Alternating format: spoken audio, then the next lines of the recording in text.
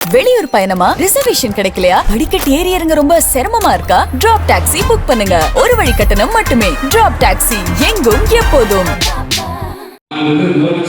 இன்னைக்கு பொறுப்பேற்று இந்த மா விவசாயத்துக்காக இன்னைக்கு கடந்த காலத்தில் பெரிய வளர்ச்சி ஏற்பட்டது, விலை குறைவாக இருக்கிறது. அந்த நேரத்தில் மாண்பு முதலமைச்சர்கள் என்னையும் அதே போன்று நமது சட்டமன்ற உறுப்பினர்கள் அமைச்சர் மதியரன் அவர்களையும் பிரகாஷ் அவர்களையும் அதோடு வேளாண்மை துறையுடைய செயலர் மரியாதைக்குரிய திரு தட்சிணாமூர்த்தி ஐஏஎஸ் அவர்களையும் டெல்லிக்கு சென்று அதோடு அங்கே நாடாளுமன்ற குழு தலைவர் அருமை சகோதரி திருமதி கனிமொழி கருணாநிதி அவர்களும் மாநிலங்களவை குழு தலைவர் மரியாதைக்குரிய திருச்சி சிவா அவர்களும் அவருடைய அன்றைக்கு வேளாண்மை துறை அமைச்சர் மரியாதைக்குரிய சிவராஜ் சிங் சௌஹான் மத்திய பிரதேச 3 முறை முதலமைச்சராக இருந்தவர். அவரை போய் நேரடியாக பார்த்தோம்.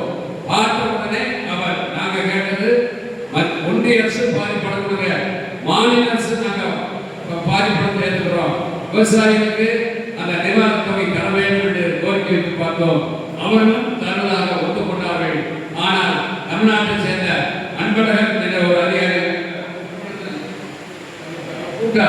கூப்பிட்டு இதுக்கான நடவடிக்கை எடுங்க என்று டெப்டி செக்ரட்டரி சொன்னார். ஆனால் பல முறை நாம் போராடி பார்த்தோம். ஆனால் அதற்காக ஒன்றிய அரசு எந்த நிதியும் செய்யவில்லை.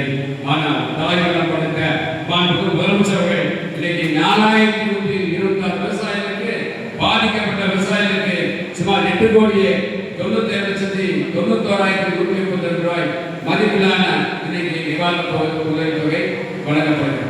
கடந்த காலத்தில் இன்னைக்கு நாங்கள் தனி பட்ஜெட் போட்டால் தனி 2,50,000 மின் இணைப்பு வழங்குவதற்கு முதலமைச்சர்கள் இன்னைக்கு உத்தரவு எல்லாம் வழங்கி கொண்டிருக்கிறார். இப்படி வேளாண்மை டெல்லி அரசாங்கம் கொண்டு வந்த 3 வேளாண்மை சட்டம் இந்தியாவில் இருந்த விவசாயிகளால் பாதிக்கும் என்பதை அதை உணர்ந்த முதலமைச்சர்கள் ஆட்சி வந்தவுடனே அதை திரும்ப பெற வேண்டும் என்று சட்டமன்றத்தில் தீர்மானம் நிறைவேற்றி டெல்லி அரசாங்கம் அந்த சட்டத்தை திரும்ப பெற்றுக் கொண்டது என்பதை வந்திருக்கின்ற விவசாய மக்கள் உணர வேண்டும் என்று இந்த நேரத்தில் கேட்டுக்கொண்டு இந்த உங்களுக்கெல்லாம் இந்த உதவித்தொகை வழங்குவதற்கு எங்களுக்கு கேட்டு குறிப்பாக இந்த மாவட்டத்தை பொறுத்தவரை மா விவசாயிகள் அதிகமாக அந்த உற்பத்தி செய்யப்படுகிறது.